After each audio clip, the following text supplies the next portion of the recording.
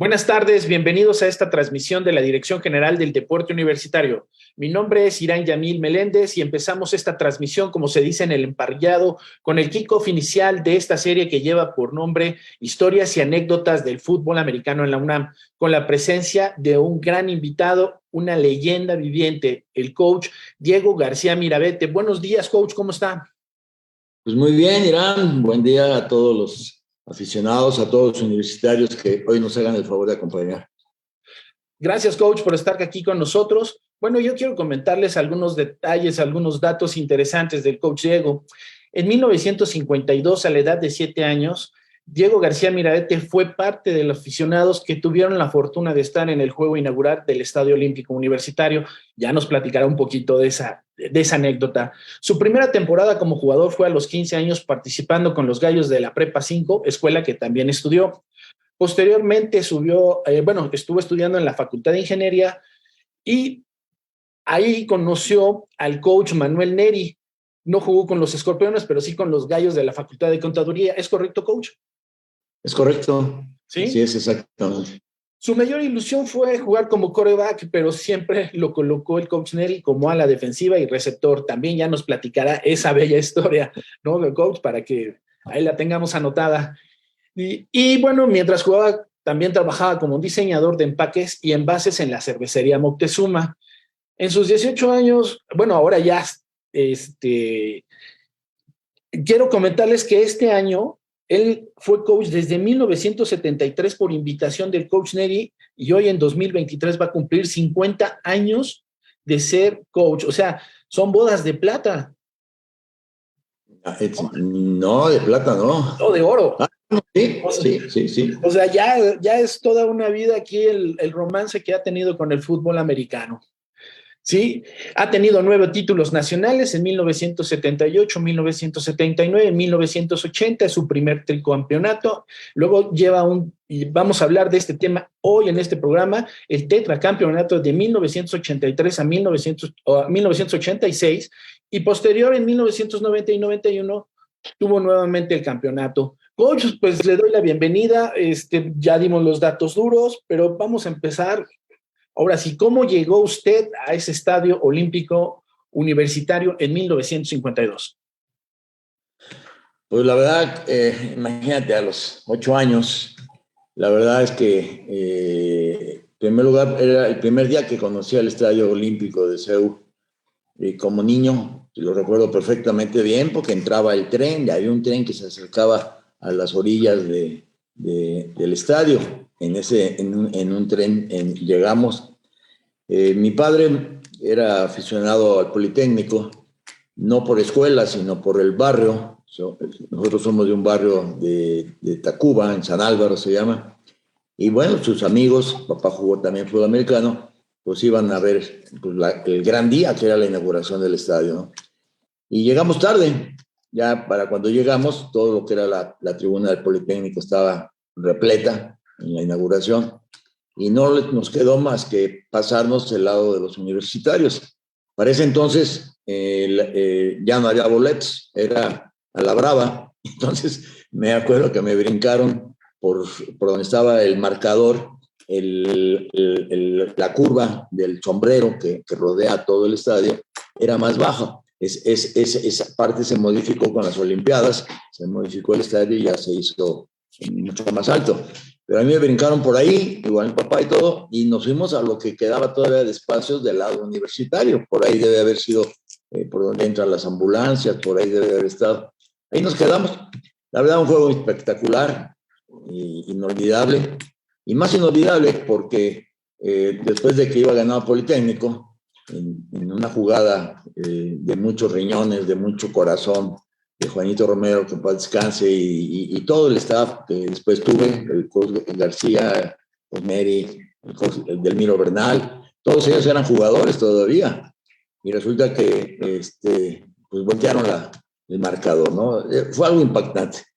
Sí, efectivamente, yo seguí en el barrio todavía algunos años más, hasta los 12 años, en que mi madre se divorcia y se casa con un maestro universitario, y mi vida cambió completamente de giro, y afortunadamente soy egresado de la UNAM. Muy bien, coach. Ahora platíquenos un poquito, muy bella historia, la verdad es que siempre va a ser bueno recordarlo. Ya habíamos tenido el gusto de platicar atrás de cámara de ese momento.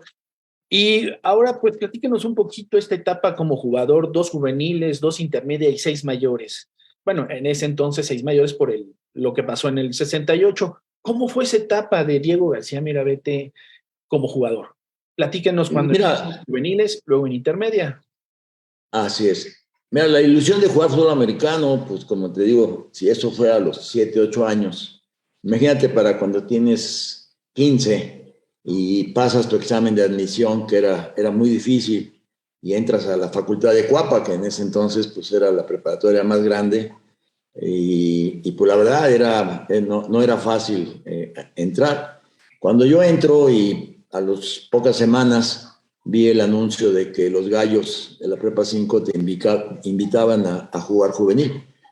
En ese entonces no había infantiles. Yo no directamente llegabas a la juvenil o a la intermedia. Así de que pues todo bisoño, todo con un corazón enorme por el fútbol americano, pero con un cuerpo de perrito. Pues sí, llegué y curiosamente en la primera tacleada me rompen la clavícula y pues me acabó la temporada en el año 73.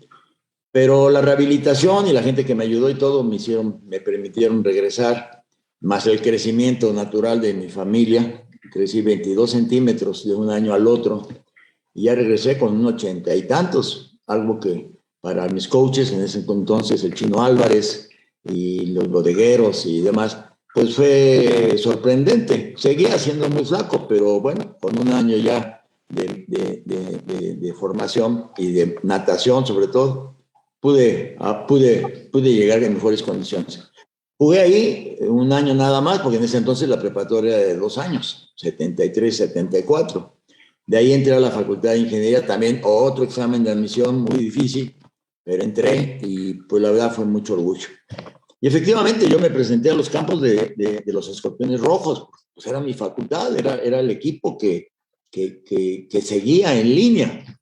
Sin embargo, el Coneri, que todavía tenemos la fortuna de tenerlo, en alguna ocasión después de 8 días, me espera fuera de los baños, en el estacionamiento, y me indica, oye, ¿por qué no te has presentado en la Prepa 5 con los gallos de contaduría? ¿Por qué estoy estudiando en la Facultad de Ingeniería? Dice, no, pues eso no tiene nada que ver. A ti se te formó en la Prepa 5 y te esperamos. Y pues fue una situación ahí entre que el head coach te invita y lo que tú querías ser.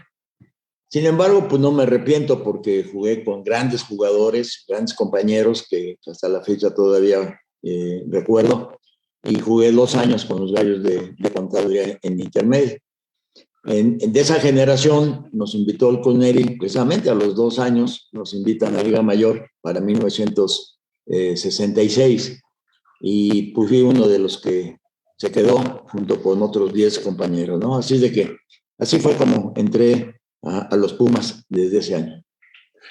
Ahora platícanos, coach, dentro de esa etapa comentamos que su mayor ilusión era jugar como quarterback, pero el coach Neri lo puso como ala defensiva y receptor. Platícanos esa anécdota.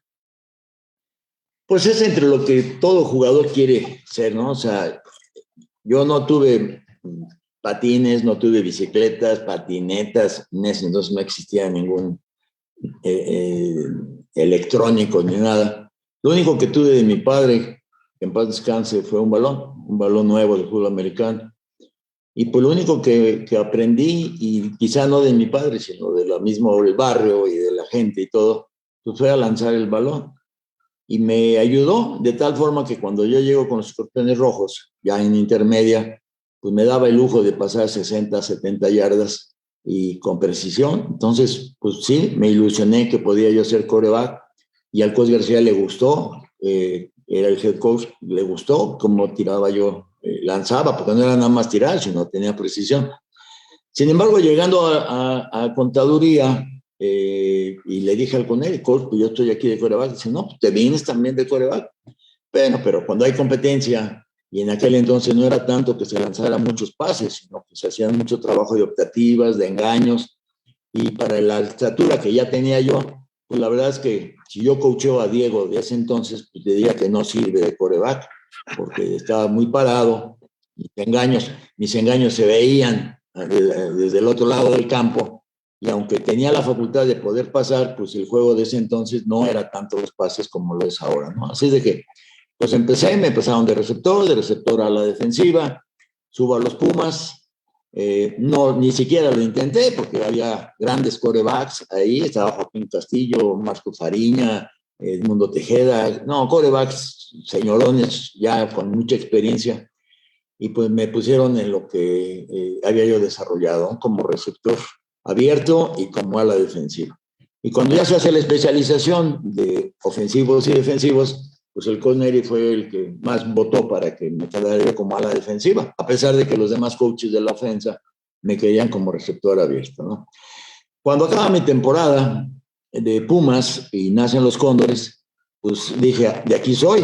Ya llegaba yo con 4 años de experiencia y decía yo, pues ahora sí, todos los escuincles que van a subir de ese entonces, yo creo que lo puedo hacer mucho mejor, ¿no? Y me reporto como quarterback y efectivamente me fue muy bien en la pretemporada de los Cóndores 70, bastante bien, avancé con mis compañeros, era el momento. Sin embargo, cuando sale el roster para el día de prensa, resulta que, pues no, salgo como ala defensiva en primer equipo, sin haber entrenado, ¿no? Y cuando termina mi elegibilidad, después de unos años, le pregunto al Cornelio, oiga, cosa, en buena onda, como dicen ahora los muchachos, ¿no? ¿Por qué no me dejó nunca de quarterback? Y su respuesta fue muy simple y ahora la uso como plática de formación a mis jugadores, ¿no? ¿Jugaste? Me dice. Digo, sí, sí jugué. ¿Estuviste en la banca? Pues la verdad, muy poco tiempo, casi siempre fui titular. ¿Fuiste seleccionado Puma? ¿Fuiste seleccionado nacional?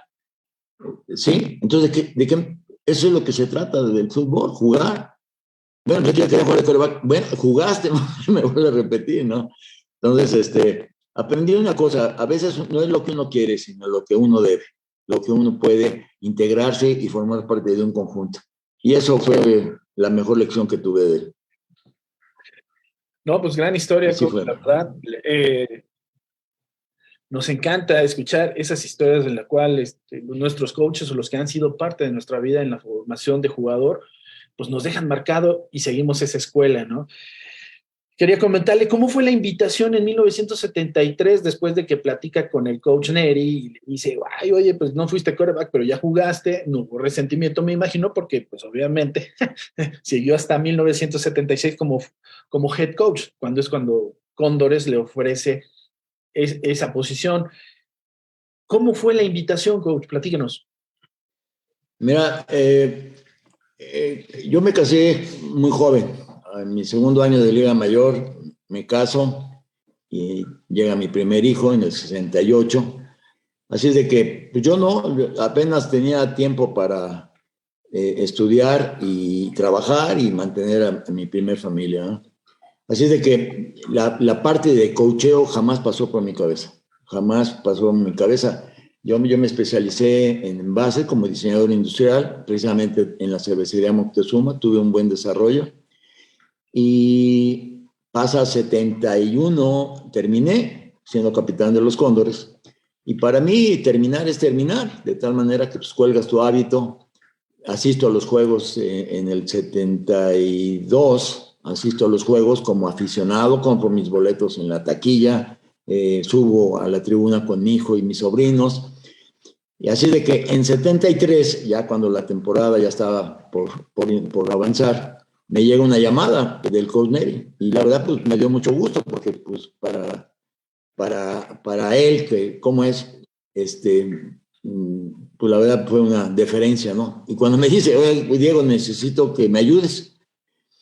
Curiosamente el dato está en que yo ahí en Moctezuma fui muy bien tratado por toda la empresa, porque siendo Puma y la Moctezuma transmitía los primeros juegos de los Vaqueros, luego transmitía a los Pumas, transmitió el fútbol nacional, y tener a un elemento activo dentro de su personal, pues para la empresa fue importante y creo que me gané mi lugar también con ellos.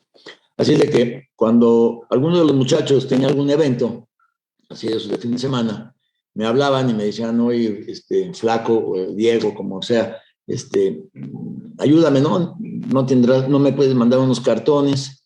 Yo no estaba en distribución, estaba en nuevos proyectos, en la dirección general, pero teníamos fuero y amigos que nos ayudaban, así de que, pues sí, ¿cuántos cartones? Pues mándame 3, 4 cartones, sale. Oye, ¿no tendrás por ahí juegos de esos cubilete, mesa, silla, todo el paquete que una empresa como esta utiliza en promoción? Y sí, fueron no más de 8 o 10 compañeros que en alguna ocasión pues, me pedían. Así de que cuando llega la llamada del Coneri, se me ocurre decirle, coach, ¿cómo no? ¿Cuántos cartones quiere, coach? Y como es él, ¿no? Me dice, ¿cartones de qué? Pues de cerveza, coach, no es lo que usted quiere. No, estás mal, me dice, yo te estoy hablando a ti porque quiero que me ayudes a coachar. No era que me pedía cartones, ¿no? Entonces, a coachar, le digo, bueno, si usted, pero yo nunca he sido coach. Dice, no, pero fuiste un buen jugador y la verdad necesito que me ayudes. Y ahí fue donde empezó. Entonces empecé como asistente manejando la línea defensiva de los Cóndores, 73, 74, 75. En esos 2 años me dieron la facultad de economía, que la transformé, me cambié a la contaduría, sacamos a los Búfalos, y en 76 me llaman los jugadores de Liga Mayor para que me haga cargo. Y a partir de ahí inicia mi carrera. Sí, se dice fácil, porque ahí van a empezar 18 años como head coach de los Cóndores, donde ganan 9 títulos nacionales, siendo uno de los más ganadores en toda la historia, igual que el Tapatío Méndez, pero digo, de esta etapa donde Cóndores era una marca, Cóndores era la ilusión de cualquier jugador en aquel entonces jugar, y se hicieron grandes jugadores, grandes profesionistas. Y bueno, platíquenos, ahorita ya vamos a entrar de lleno casi prácticamente a nuestro tema, pero platícanos un poquito de qué se siente haber sido head coach de Cóndores 18 años. Mira, se dice bien rápido, sin embargo, cuando por año empiezo a contar las vicisitudes que tuvimos que sortear, los obstáculos, doy gracias a Dios y a la universidad porque no iba a ser nada fácil. Empezando desde el primer año, pues la gente, yo no tenía experiencia a nivel de Liga Mayor, o sea, porque puedes manejar juvenil, intermedia, pero ya Liga Mayor y abrir la temporada contra el campeón que era Pieles Rojas, con un señorón que fue el coach Manuel Rodero, y en Ciudad de los Deportes, que es un estadio para fútbol americano y lleno hasta el gorro, pues la verdad era un reto muy difícil que no lo pude haber afrontado sin 2 factores muy importantes. El primero, la calidad de mis jugadores, la unión de los Cóndores. Eso fue lo más importante. El día que a mí me invitaron, había por ahí 1 o 2 que no estaban de acuerdo. Sin embargo, pues la única condición que yo les puse a los muchachos es que si no había unidad, no tenía sentido. Ya había yo vivido con ellos los años anteriores en los que había una desunión, había una grilla interna, y pues así no se iba a llegar. Sin embargo, pues creo que hicieron un solo frente, acataron lo poco, mucho que pudimos transmitirles, y los Cóndores fueron, a partir de ese año y hasta el último en que yo tengo conocimiento, una total entrega. Y el segundo factor fue los coaches. O sea, tú dices, bueno, coaches, hay un mercado de coaches. No lo hay. Ahora quizá ya lo haya, ¿no? Hay muchos más muchachos que les interesa y además son muy buenos coaches. Pero en aquel entonces, pues eran contados los coaches de carrera. Y yo lo que opté fue por buscar los mejores jugadores que me habían acompañado en mi elegibilidad y los invité pidiéndoles lo mismo que me hizo el Coneri. Ayúdame un año siquiera. Ayúdame este año. Devolvámosle a los Cóndores lo que los Cóndores hicieron por nosotros, dando lo mejor de ti. Y me traje al mejor corredor, Leonardo Lino. Y me traje al mejor liniero. Y me traje al mejor profundo. Y así armé un staff. Así de que a lo largo de todos esos años, la verdad es que la unión de los Cóndores en primera instancia, la calidad del reclutamiento que se lograba y la calidad de los coaches, pues fueron la bandera que nos permitió llevar esos campeonatos. Coach, aquí empiezas la carrera de de coach en 1976 como head coach. 2 años después logra su primer campeonato. No, pero no solamente su primer campeonato, lo que serían los 3 primeros, 78, 79 y 80. Y con lo que nos está comentando en esta formación y en esta búsqueda, la verdad, ¿cómo podría usted interpretar inmediatamente después del primer año de coacheo? Llega una etapa de que se preparan 2 años y ya se está planeando el primer campeonato? ¿Se planea desde el primer momento o es un trabajo que sabe que en 2 años ya va a tener el primero? Mira, filosóficamente, cuando inicias una temporada, no puedes programarte para estar en playoff. No puedes programarte para tener más ganados que perdidos. Si tú no te fijas como objetivo ser campeón, no vas a ganar, no vas a llegar. Es como el que sube, ¿no? O llegas a la cima de una montaña, si es que te gusta escalar, o no lo intentes. No lo intentes, porque quedarte a la mitad y ver que todavía te faltaba un pedazo, o un pedazo más chico, o un tramo más pequeño, pues es aceptar una mediocridad, ¿no? Así es de que filosóficamente cada temporada de cada coach tiene que fijarse en un campeonato, por muy difícil que sea. En el caso de nosotros, pues yo tuve la fortuna de ser campeón todos mis años de jugador, excepto el 71. El 71 perdimos la final contra Tec de Monterrey, cuando ya traía todos sus becados. Así de que pues, el camino no es marciano, es un camino de trabajo, de constancia. Hace unos días escuchaba yo ahora que vino el Super Bowl, algunos coaches americanos cuando hablaban, pues es que más tarda en terminar el juego del campeonato, cuando al otro día ya estás trabajando para el siguiente. No tienes tiempo de festejar un campeonato. Cuando tú eres un ganador, y en este caso la UNAM, mis respetos, porque aunque las presiones eran muy grandes, yo en mi andar, pues tuve la fortuna de convivir y participar en 5 administraciones de 5 rectores diferentes. Y cada uno pensaba diferente, cada uno llevaba a su director de deportes, y cada uno quería hacer una limpia, y cada uno quería cambiarle el nombre. Sorteamos los cóndores de esos 18 años, los coaches de esos 18 años, de veras, un sinnúmero de obstáculos que de no estar unidos, de no tener la convicción de que lo que estábamos haciendo era un trabajo pues total, una entrega total, una formación total para los universitarios que estaban a nuestro cargo, ¿no? De no haber sido así, no hubiéramos llegado. Y yo creo que eso nos permitió que año con año, pues ya no era el objetivo. Uno de mis compañeros, uno de mis brazos derechos de los primeros años era el coach Antonio Rojín. Y me decía, cuando fuimos campeón, ¿y ahora qué sigue? Pues el objetivo era ser campeón y lo logramos en 3 años.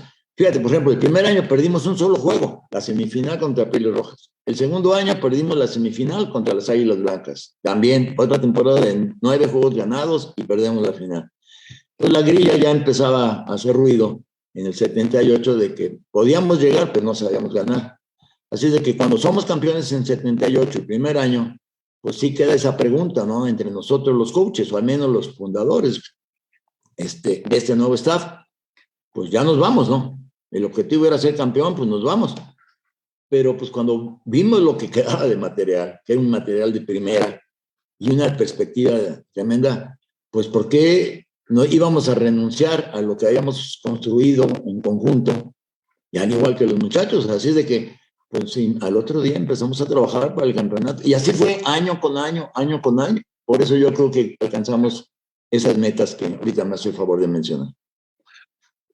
Bueno, pues muy interesante. No solamente logra un primer campeonato en 1978, sigue con 79 y 80. Y viene el año 1981 y 82, la antesala a lo que ahora vamos a platicar, lo fuerte de nuestro programa, el tetracampeonato. No es fácil, como lo acaba de decir, se dice muy sencillo, los números muy fríos, pero hay mucha historia atrás de ese campeonato. Ya hablamos un poquito de su romance con el fútbol americano, cómo llegó, cómo es apasionado de la universidad. ¿Qué pasa en 81-82, la antesala del tetracampeonato? Mira, fueron dos buenas temporadas, la verdad, muy buenas temporadas, porque en ambas se perdió el juego final. O sea, fueron buenas temporadas porque no son temporadas perdedoras, son temporadas de que nos faltó un poquito más, nos faltó un segundo esfuerzo. Quizá la que más me dolió de esas dos temporadas fue la del 82, porque en una final, nuevamente como la de 80, en CEU, llena la casa, con un equipazo que teníamos nosotros también, muchachos con mucha garra, con mucho fútbol, con mucha familia. Pero también del otro lado, pues nos encontramos con unas Águilas Blancas que habían estado trabajando para lograrlo. Y aunque el marcador no fue diferente, así aplastante, simplemente perdimos, ¿no? Y sí, nos dolió en 82. Ya tú sabes más que yo que pues, la UNAM no solamente es la máxima institución educativa que tenemos, sino también la máxima casa polémica en todo aspecto, por no llamarle la grilla en todos los niveles que se presenta.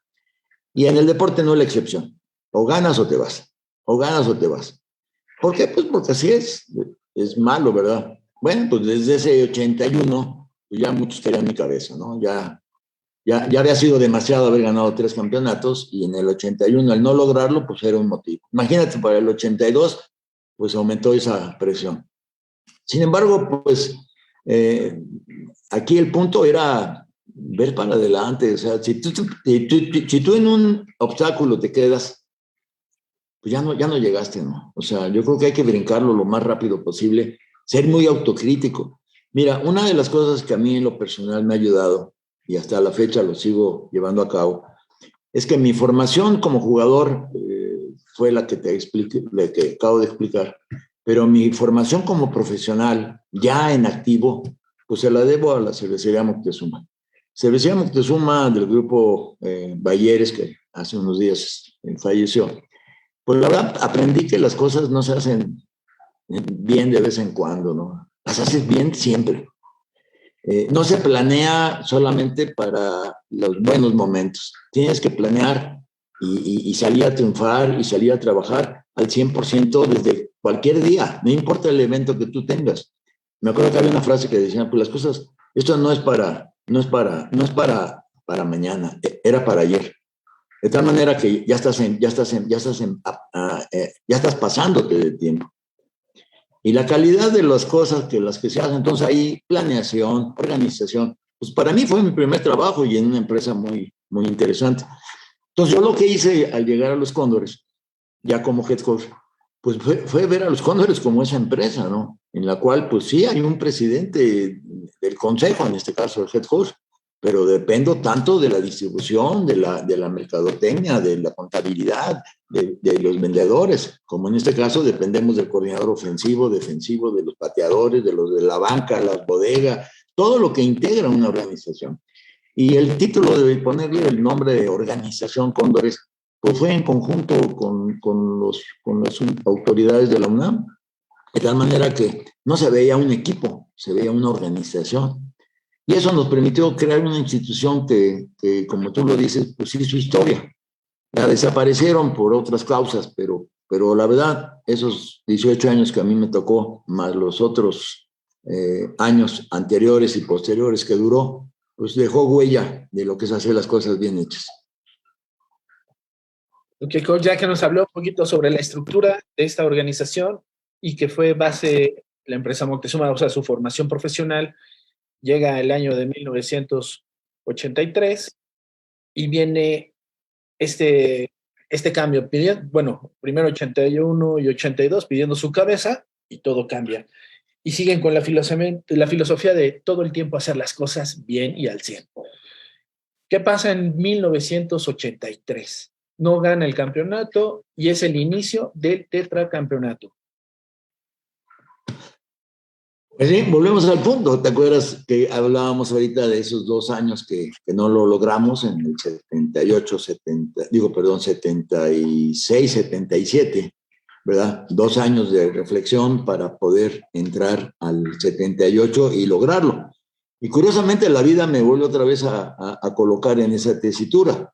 Esos 2 años que no lo hicimos en el 80 y, ¿qué estamos diciendo? 82, 83, pues fueron de reflexión, fue de trabajo, de reclutamiento, de renovar muchas cosas. Algunos coaches se salieron, otros coaches los invitamos.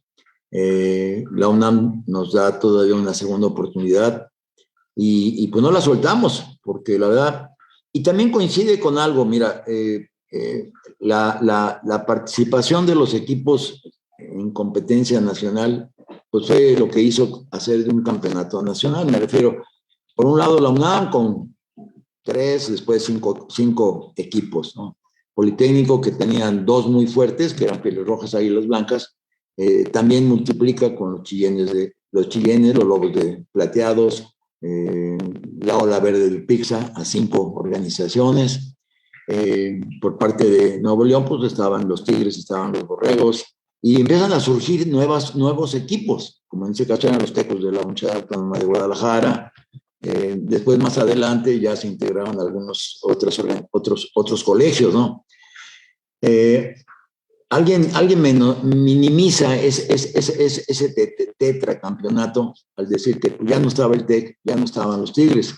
Efectivamente, los Tigres y los Borregos, uno en el 79 se retira de la competencia nacional, que son los Tigres, y los Borregos todavía duraron un poquito más. Ellos todavía estuvieron hasta el 89, digo hasta el 70 sí, hasta el 89 regresaron. Entonces todo el mundo dice, bueno, si ya no están los Borregos, si no están los Tigres, pues la competencia era fácil. No era nada fácil, para nada. El equipo de Pieles Rojas fue un gran equipo y lo dije hace rato, el Corrodero, para mi gusto, el coach más norteamericano en México, ¿verdad? Su manera de pensar, su conducta, su reclutamiento, sus instalaciones. Aprendimos mucho de lo que él hizo. El Colisea, que acaba de cumplir 100 años, ¿no? Toda una institución. Y así cada uno de los coaches, mis compañeros en CEU, el coach Chávez, el coach Márquez, el coach Alonso más adelante, son coaches que nos hemos hecho y que, la verdad, se han formado un buen fútbol. Así de que esos años, aunque no hubiera estado Tigres, porque se apartó, y después Borregos, porque se reorganizó para regresar hasta el 90 y... ¿Qué año regresó? Es que aquí tengo hasta el 91. Efectivamente, esos años que estamos hablando ahorita nosotros, del 83, 4, 5 y 6, no estuvieron los Tigres, ni estuvo Borregos, pero la competencia nacional seguía, y era nacional, ahí no era la conferencia, ustedes los ricos y ustedes los pobres, no, eran todos los que había en el fútbol americano. Así de que yo no le quito mérito al esfuerzo de los muchachos por lograr esos 4 campeonatos, que además, tú mencionas 4, pero perdimos la final del 87, lo cual la meta se convirtió en el gran reto. Imagínate, una temporada, un jugador que durante sus 5 años, en ese caso, por ejemplo, llegamos a conseguir 32 juegos sin perder. Estoy hablando de 4 años. Son juegos de 8 a 10 juegos por año. Llevábamos un récord de 32 juegos sin perder. ¿Qué hubiera pasado si nos hemos aplicado un poco más y lográramos los 5 años, 5 campeonatos? Una generación que llegó a ganar y que a la fecha, si tú platicas con alguno de ellos, te vas a encontrar con muchachos que siguen siendo campeones, siguen trabajando su manera de pensar, tanto en su familia, en su trabajo, en su sociedad, siguen siendo campeones. Yo creo que era un super récord. Si ya 4 campeonatos seguidos es un reto, haber conseguido los 5 hubiera sido todavía un poco más. Sin embargo, cada quien, como hace rato dije, Águilas Blancas creció, en este caso los Osos de la UNAM también crecieron, nosotros no apretamos como debíamos de haberlo hecho, y la historia se escribió, pero esos 4 campeonatos que estás mencionando son muy satisfactorios. En esa época, ¿quiénes eran? Ahorita que está tocando el tema de los jugadores, coach, ¿quiénes eran sus jugadores? ¿Recuerda algunos de ellos? Su backfield, Sí. sus linebackers. Platíquenos un poquito de esa relación, coach, ese staff de coacheo que existía, porque también yo creo que fue una gran escuela. Y no solamente lo que dice da para a lo mejor platicar lo que posteriormente hicieron esos jugadores con el fútbol americano, que seguramente también fueron coaches, ¿no? No solamente lo que había preparado fue el factor para dejar una huella de 4 campeonatos, bueno, toda la historia que ya se venía haciendo, y posteriormente fue la antesala de otros coaches que llevaban esa misma filosofía.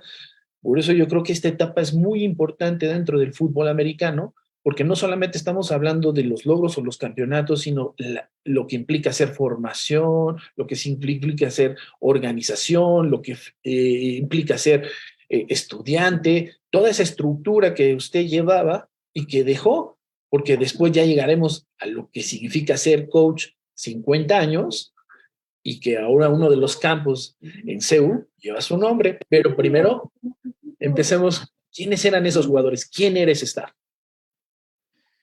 Ay, el Alzheimer ya anda por ahí, pero mira,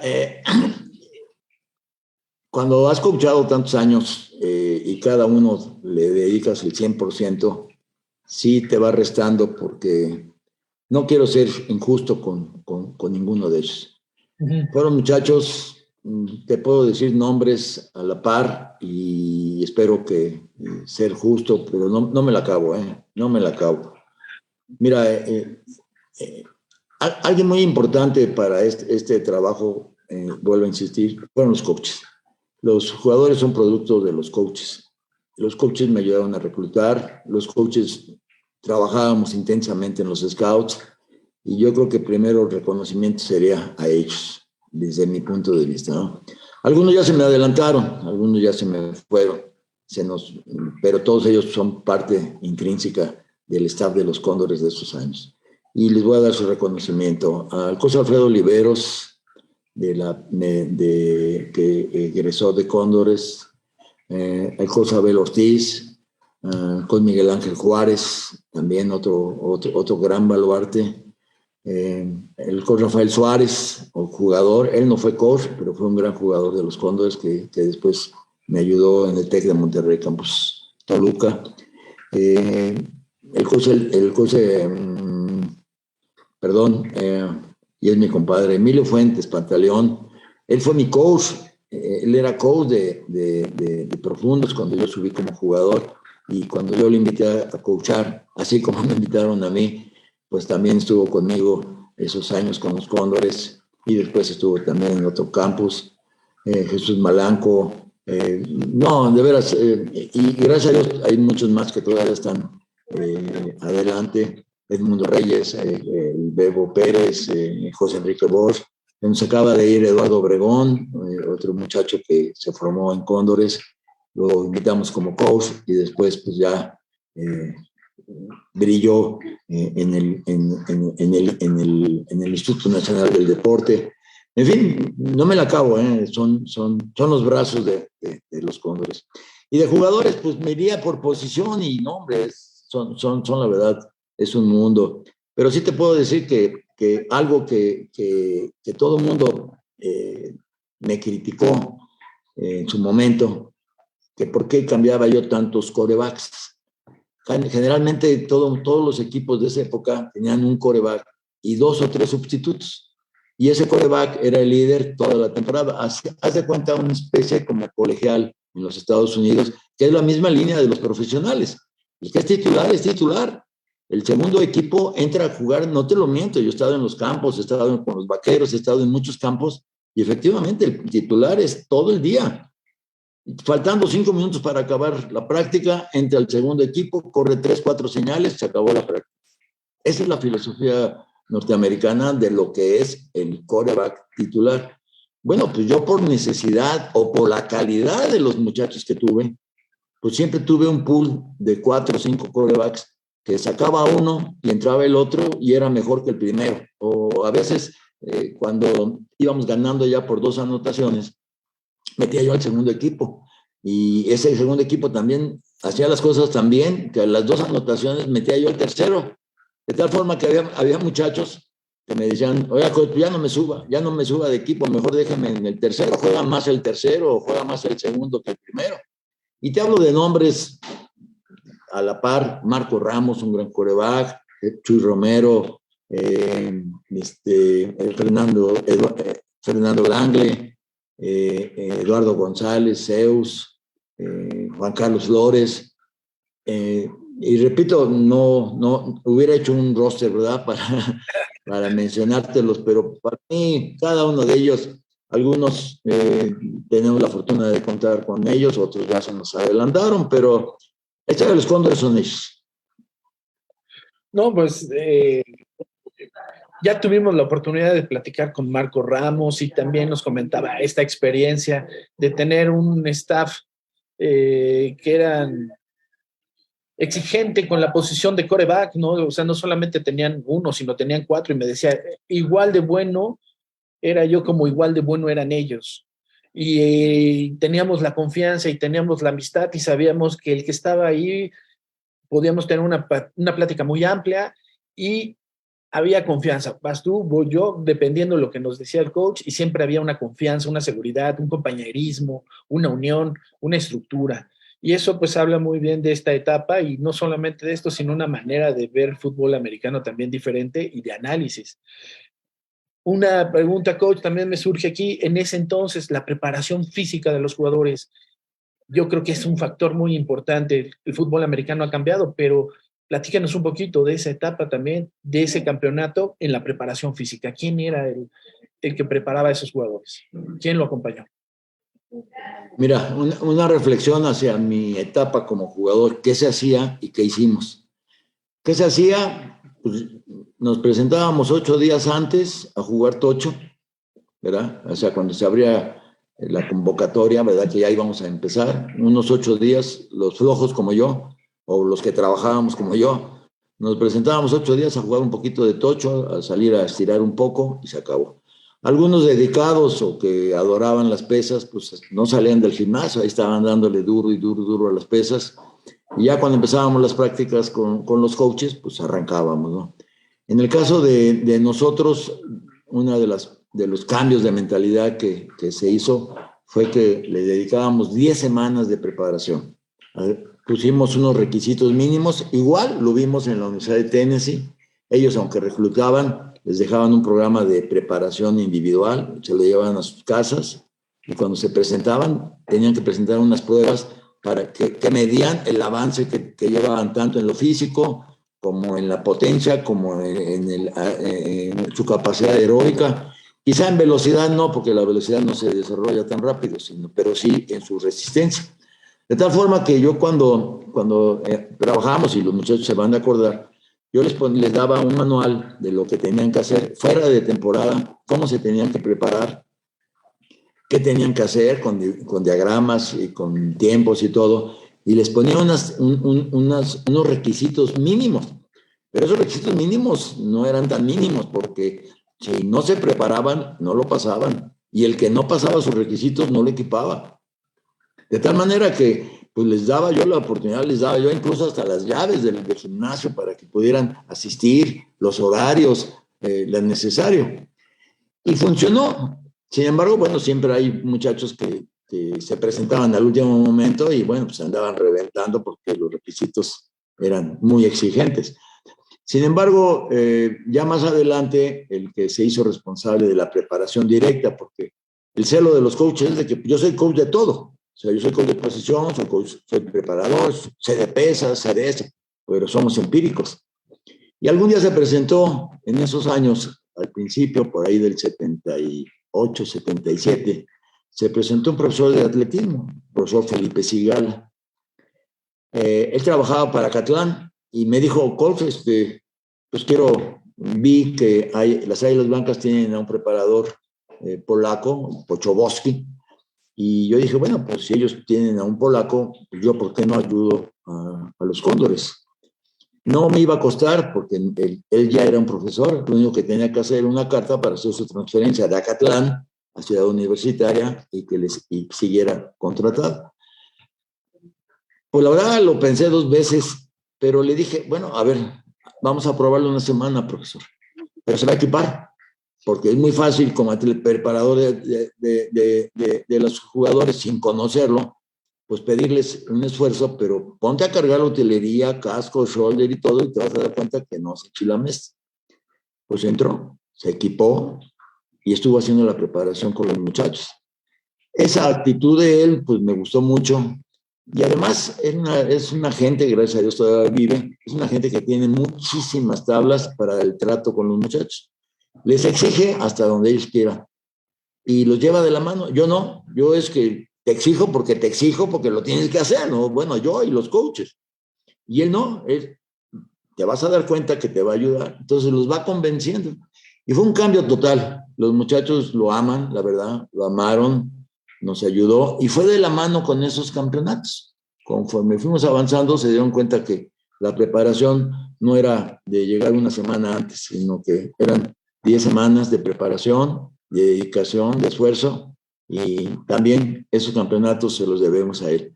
Más adelante ya tuvimos otros muchachos, algunos de ellos, Guillermo Orellana, un gran jardinero, se convirtió también en coach y también traía la línea.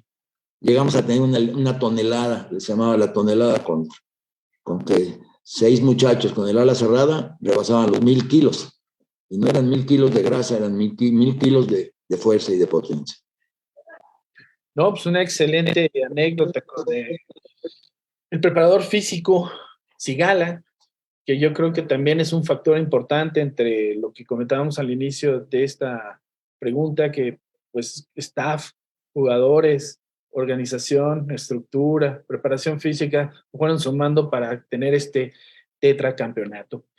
Coach, se acerca el momento pues, de ir terminando nuestro programa, pero antes de terminarlo, le quiero preguntar una cosa. 50 años, coach.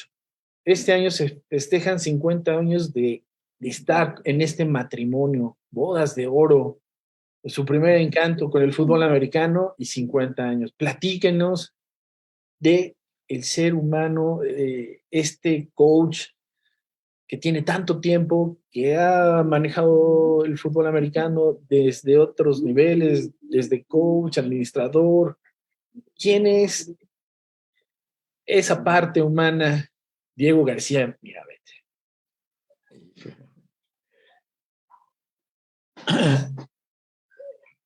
Mira,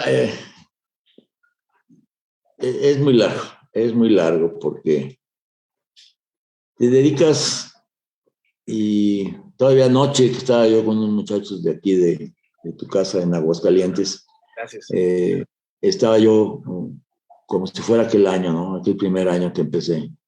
Enseñarlos a parar, cambiarles el chip que tienen, porque aquí el fútbol que se hace todavía está muy, muy en desarrollo y pues vienen 3 días, faltan 2. Y les decía yo, te va a pesar, si faltas te va a pesar, al otro día te va a costar más trabajo. Y entonces acaban por abandonar. ¿Qué haces en la escuela? Pues trabajas diario. ¿Qué haces en casa? Pues trabajas diario. ¿Comes diario? ¿Duermes diario? Igual es el fútbol americano. El fútbol americano es de diario. Y entonces como coach me doy cuenta que pues todavía hay mucha gente que hay que enseñarles lo que es el hábito de triunfar, el hábito de la dedicación. Así de que, ¿quién es Diego García Mirabete? Pues sigo siendo aquel enamorado del fútbol, sí. Las cosas han cambiado, obviamente, pero yo sigo entregado a enseñar. La vida me ha dado la oportunidad, la grilla, porque cuando la grilla me sacó de la UNAM, me sentí muy mal, y el argumento de aquel entonces es que ya no éramos campeones. Después de 15 años volvieron a ser campeones, pero bueno. Si no ha sido esa situación, pues no hubiera conocido otros lados. Yo me consideraba como una parte, era yo una piedra del estadio. La piedra X del estadio, yo era una parte, y ahí me voy a morir. No fue así. Pero me dio oportunidad de transmitir ese sentimiento universitario a otros lares, a lares tan lejanos y tan inhóspitos como no te imaginas. Estar en la Sicilia, en Palermo, allá en el quinto infierno, y hablar de México y hablar de los Cóndores y de los Pumas y de México sobre todo, ¿no? Y transformar a aquellos muchachos que no eran tan chiquitos, eran ya jóvenes, o en Barcelona con los catalanes, o con los Tigres, que también me dieron la oportunidad, o con los chicos del TEC, tanto de Toluca como de Santa Fe, incluso los chicos también de la UVM. Entonces, ¿qué es lo que me dio a mí el fútbol americano? Pues esa capacidad de análisis, de transmitir. Y pues hace unos días, como tú lo dijiste, bueno, no hace unos días no, ya unos meses, ¿no? Me hablan muchachos para decirme que pues en uno de los campos que yo tuve la oportunidad pues de estar, porque transformaron, ¿no?, los campos con las necesidades que se tenían, y de hacer de cada campo una catedral de fútbol americano, pues le habían pedido a la autoridad universitaria que le pusieran el campo número 3, el Coach Diego García Miralete. Entonces, para mí fueron sentimientos muy encontrados, porque mi última participación oficial en la UNAM fue el año en que dejé de serlo, en 94, a principios de 94. Y de 94 al 2000, ¿qué fue? 22, pues fueron muchos años, man. Fueron muchos años de estar, no divorciado, pero pues sí aislado, ignorado. Y que llega la autoridad, llegan los muchachos, y Marco, y mi gente, y mis hijas, y mis hijos me acompañaron, y de velar la placa en el campo 3, fue un encuentro de muchas cosas. No es únicamente el encuentro con el campo, sino el encuentro con mis valores, con las cosas que hemos vivido y que hemos transmitido. Me siento en paz. Yo se los comenté ese día a los muchachos, les digo, la verdad es un día de paz, una paz muy espiritual, muy de agradecimiento, que además, pues no es la última, ¿verdad? Porque no llegué en polvo, llegué vivo, y pues es una fortuna. Entonces, bueno, pues el tiempo que me quede, trataremos de seguir transmitiendo. Pues yo quiero agradecerle pues estos momentos en los cuales ha compartido estas anécdotas, la verdad, muy interesantes. Si hay mucho que decir, ya tendremos la oportunidad de poder platicar sobre otros temas, y yo creo que próximamente abriremos el programa de lo que fue los campeonatos de 1990 y 1991. Y pues, para cerrar, algo que quiera anexar después de 28 años, porque dice que es 2022 al 94, simplemente son 28 años y un reencuentro, es algo muy significativo. La verdad que sí, fue algo muy, muy interesante. Y cada año cuando se hace el Condor Bowl, pues la verdad que ver esos muchachos, ¿no? Ya ahora, ya algunos ya más canosos que yo, más panzones que yo, pero siguen con ese cariño con el que se entregaron, ¿verdad? Yo creo que hacen falta seguir transmitiendo esos valores, ¿verdad? Y pues te agradezco mucho, Irán, y a la UNAM esta alternativa, este foro. Espero poder haber transmitido algo, y a tus órdenes, será un placer continuarlo. Cops, yo le agradezco mucho, y la verdad ya estaremos nuevamente platicando. Pues quiero agradecer al equipo de comunicación social de la Dirección General del Deporte Universitario todas las facilidades para llevar a cabo este programa. Reitero mi agradecimiento y la confianza brindada para formar parte de este proyecto universitario.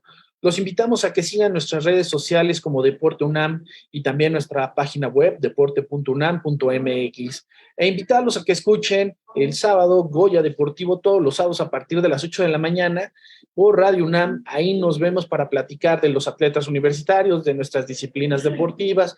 La verdad nos va a dar mucho gusto que nos escuchen y que estén al pendiente. Le mando un gran saludo a nuestro productor Neftalí y agradecerle por el apoyo a esta transmisión.